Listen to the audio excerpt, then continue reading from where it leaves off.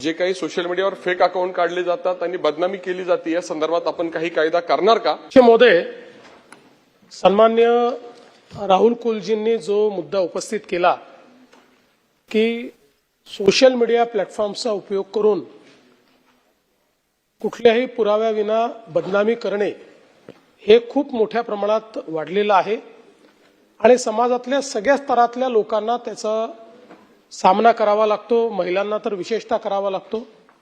आणि म्हणून या संदर्भात कायद्यामध्ये काही बदल किंवा तरतूद करता येईल का हे पडताळून पाहण्याकरता राज्याचे जे डीजी आहेत त्यांच्या अध्यक्षतेखाली एक कमिटी तयार करण्यात येईल आणि त्यांच्या रिकमेंडेशन प्रमाणे पुढची कारवाई केली जाईल। या संदर्भात मुख्यमंत्री महोदय एकच सजेशन असं आहे की इन्फॉर्मेशन टेक्नॉलॉजी ऍक्ट खाली सेक्शन 66A मला वाटतं त्यावेळेला असं डेफर्मेटरी काहीही आपण इंटरनेटवर टाकलं तर यापूर्वी अरेस्ट करायची तरतूद होती, त्यानंतर ती आपण शिथिल केली आणि ती प्रोव्हिजन आपण काढली।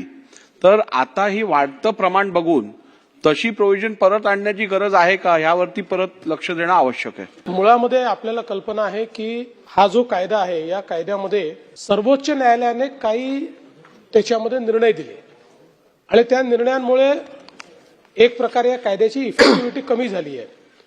दुसरं, पूर्वी IT ऍक्ट सोबत आपण IPC किंवा आताचा BNS लावायचो, तेही आता लावता येत नाही, त्याच्याही संदर्भात सुप्रीम कोर्टाने आणि म्हणून आता याला कायदेशीर इंटरव्हेन्शन हेच आवश्यक आहे।